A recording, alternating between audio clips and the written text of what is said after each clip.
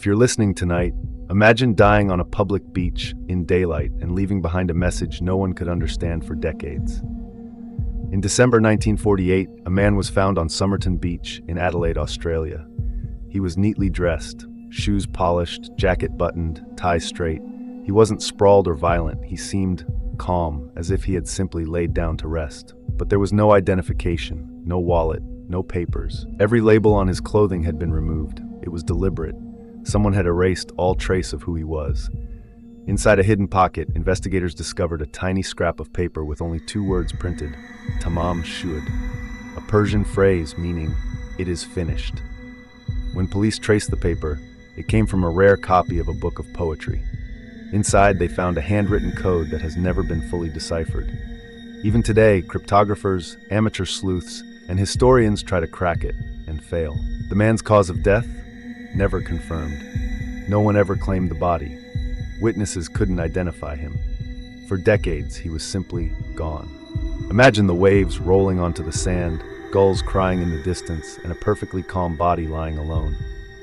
A man appeared, left a message saying it was finished, and vanished, leaving nothing but questions. If you've ever heard footsteps outside your home at night that don't match the person walking, you might understand the fear that gripped a small Bavarian farm in 1922. The Gruber family lived cut off from the world, father, mother, and 6 children. In the days before their deaths, strange things began. Footprints appeared in the snow leading from the forest to the house, but none led back. Keys vanished. A newspaper arrived that no one remembered subscribing to. One night, it all turned deadly. The entire family was murdered in their own home. One by one, lured into the barn, killed with a farming tool. But the horror didn't end there. Someone stayed. Meals were cooked, smoke rose from the chimney, animals were fed. The killer lived in the house, alongside the bodies. Days passed, and then the family was discovered. Investigators were baffled. No one was ever convicted. The farm was eventually demolished, but the silence, the eerie, unnatural silence, never left the land. Imagine snow-covered fields, shadows of trees stretching under the moon, and a home that should be safe, but wasn't. A killer walked among them and vanished without a trace. If you've ever been on the phone and the line goes silent, this story will make you think twice before walking alone. 19-year-old Brandon Swanson was driving late at night in rural Minnesota. His car had gone into a ditch. He called his parents. Calmly, he explained where he was, and then began walking toward the lights of a nearby town. For 47 minutes, Brandon stayed on the phone, describing fences, roads, landmarks, every detail around him. Then he stopped. He said only one word, "Oh," and the call disconnected. Search teams combed fields, rivers, and forests. They traced footprints, investigated every angle. Hours turned into days, but Brandon was never found.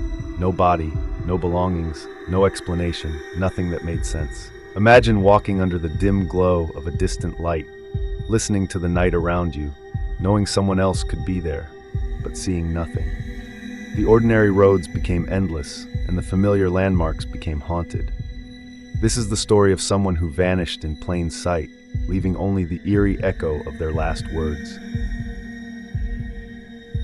If someone disappeared in front of hundreds of witnesses and left no trace, would you believe it?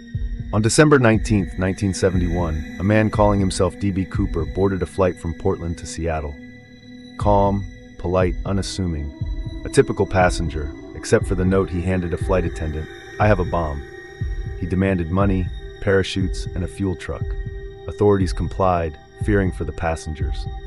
Then, somewhere over the stormy forests of the Pacific Northwest, Cooper opened the rear stairs and jumped into the night. Searches spanned decades. Experts scoured rivers, forests, and mountains. Suspects were investigated. Tips poured in. But the man, the aircraft, the money, vanished. Nothing. Imagine the roar of wind through the trees, the thunder of clouds, the shadow of a plane disappearing into darkness. Hundreds of witnesses watched a man vanish without a trace. Decades later, we still don't know who he was, what became of him, or why he chose that stormy night to disappear forever. 4 mysteries, 4 vanished lives. 4 events that defy explanation. As you listen tonight, remember, some doors close forever, some people disappear without a trace, and some questions never leave you.